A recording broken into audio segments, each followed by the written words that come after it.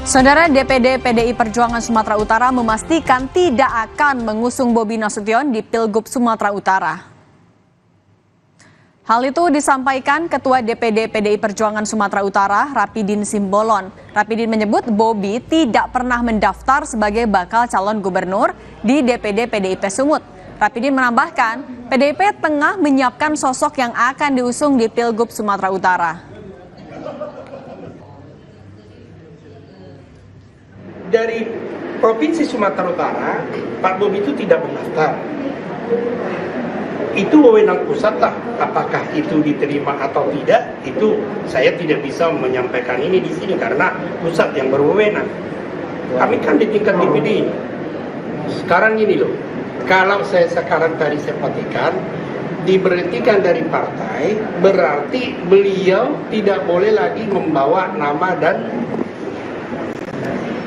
simbol-simbol partai.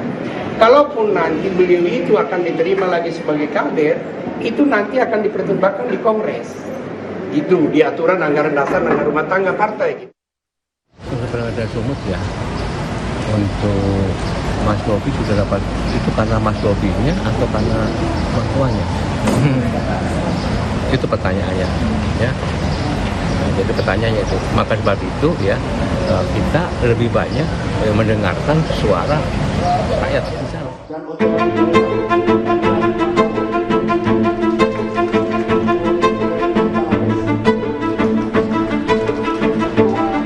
Pernyataan yang dilontarkan Ketua DPP PDI Perjuangan, Jarod Saiful Hidayat, soal banyaknya partai mendukung Bobi Nasution di Pilgub Sumatera Utara karena Bobi atau mertuanya, direspons Presiden Joko Widodo. Jokowi menyebut partai itu pintar-pintar, terlebih para ketua umumnya. Tanyakan partai-partai itu pintar-pintar. Biasanya dilihat adalah elektabilitas. Kita milih yang menang dong gimana? Yang dilihat biasanya elektabilitas, ya. Jangan dipikir partai itu enggak. Partai itu pintar-pintar, apalagi ketuanya. Partai Golkar pun turut merespons pernyataan yang disampaikan Jarod Saiful Hidayat. Ketua DPP Partai Golkar Aceh Hasan Sadzili menegaskan Bobi memiliki kapasitas dan layak jadi calon gubernur. Aceh menilai kinerja Bobi selama menjabat wali kota Medan dapat dirasakan oleh masyarakat. Mas Bobi jelas beliau pernah menjadi, saat ini juga pernah menjabat sebagai wali kota Medan. Tentu kapasitas beliau sebagai kepala daerah bisa dilihat dan dirasakan oleh masyarakat gitu. Maka sangat tidak tepat jika ada pihak yang mempertanyakan soal kapasitasnya Mas Bobi. Sementara Ketua DPP Partai Kebangkitan Bangsa Lulu Nur Hamidah membela Bobi. Lulu menilai kekuatan yang dimiliki Bobi tak terelakkan. Menurut Lulu, Bobi memiliki popularitas dan jejaring politik yang kuat. Lulu pun tak menampik faktor keterikatan antara Bobi dengan Presiden Jokowi menjadi salah satu pertimbangan partai dalam mengusung Bobi di Pilgub Sumatera Utara. Ya, saya kira gini, Mas Bobi kan jadi wali kota juga. Di politik itu pasti ada prasyarat-prasyarat yang memang saling memberikan pengaruh.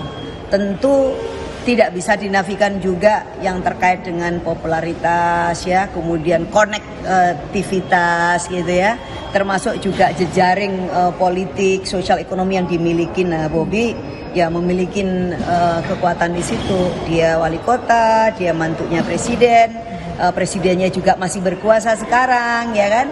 Kemudian adik iparnya juga terpilih sebagai wakil presiden. Nah, dari sisi ya kelaziman ya dia memiliki itu. Menantu Presiden Joko Widodo, Bobi Nasution diusung koalisi super di Pilgub Sumatera Utara. Ada 7 partai politik yang menyatakan dukungannya kepada wali kota Medan itu. Ketujuh partai itu antara lain PKB, Golkar, Gerindra, Partai Nasdem, Partai Amanat Nasional, Partai Demokrat, dan Partai Persatuan Pembangunan. Tim Liputan, Kompas TV.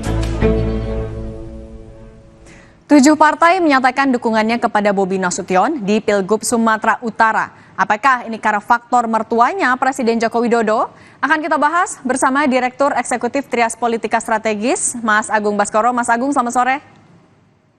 Sore, Mbak Cindy. Mas Agung, 7 parpol udah menyatakan dukungan kepada Bobi. Anda melihatnya ini murni karena kapasitas atau justru ada efek Jokowi?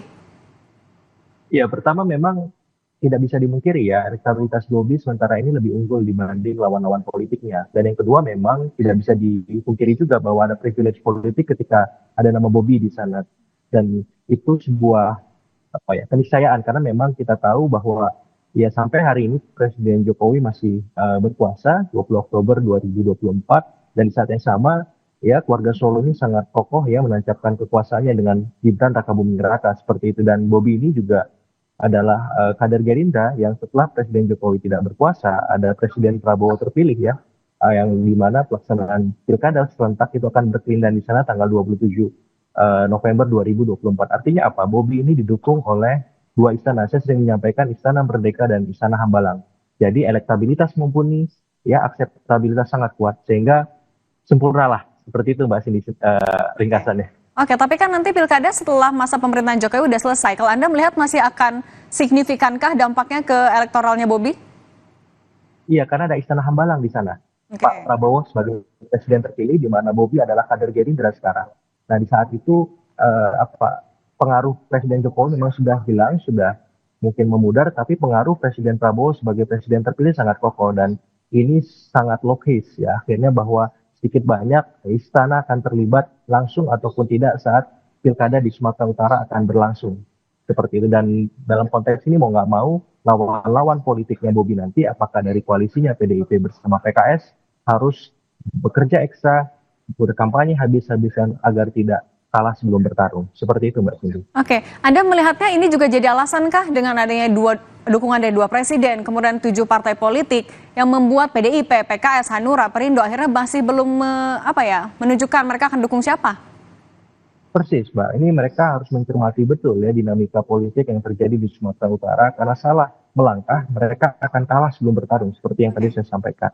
Baik dalam konteks siapa sosok yang diusung, misalkan Edi Rahmayadi atau misalkan Ahok seperti itu, atau memang ada nama lain yang lebih potensial untuk melawan Bobi sebagai lawan yang sepadan agar pertarungan di Pilgub Sumatera Utara besok memang benar-benar seimbang dan proporsional seperti itu. Nah, saya kira PKS, PDIP, Perindo dan Haruna berhitung cermat dengan itu, dan ya kalau memang terlalu lama, saya kira sebentar lagi Bobi akan mengambil rekomendasi partai-partai yang lain tersisa seperti itu kalau memang sikap yang ditentukan oleh 4 partai tadi nggak jelas seperti itu.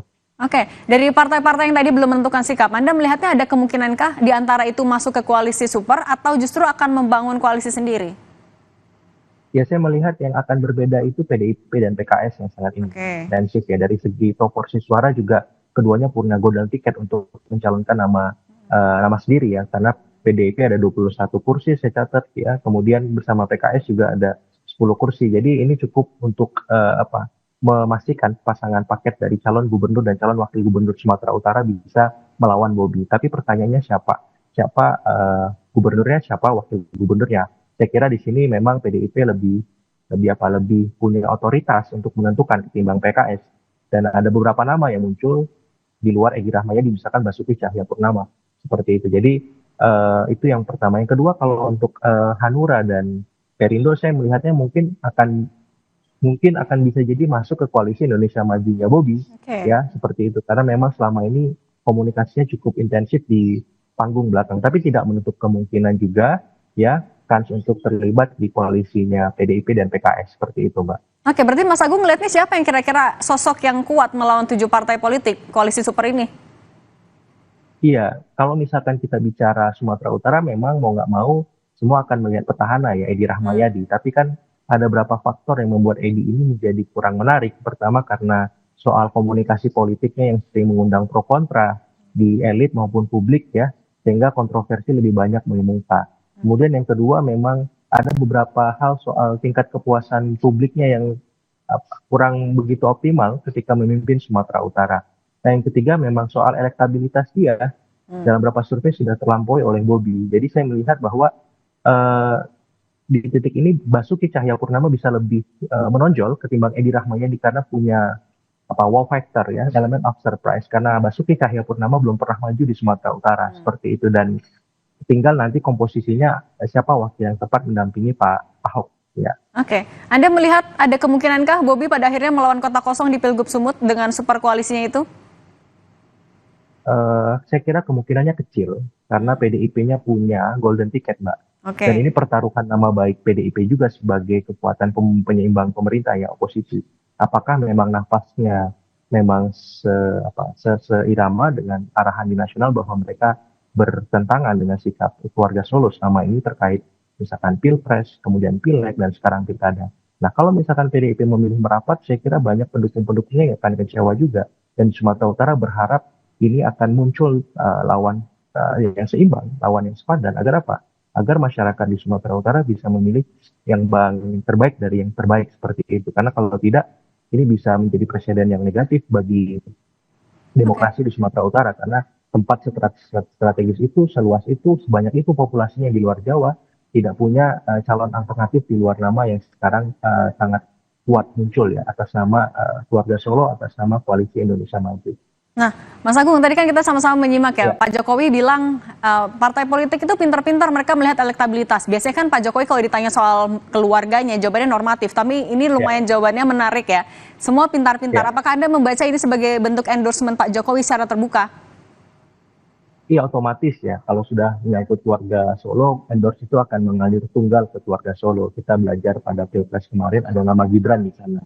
Nah, sekarang di Pilkada ada Bobi, ada Kaisang, dan ada beberapa irisan-irisan yang memang dekat keluarga Solo yang maju di Pilkada. Jadi saya kira endorse itu akan mengalir jelas dan statement tadi itu hanya sebatas mengafirmasi saja bahwa keluarga Solo memang akan bersama Bobi, akan bersama Kaisang juga dan bersama irisan-irisan keluarga lainnya yang dekat dengan keluarga Solo. Dan kebetulan saja Bobi maupun Kaisang kali ini memang punya elektabilitas. Dan sangat mudah bagi partai-partai merasionalisasi bahwa mereka memilih Bobi ataupun Kaisang misalkan karena memang punya kapasitas elektoral yang mumpuni dan siap untuk memenangkan pertarungan Pilkada besok.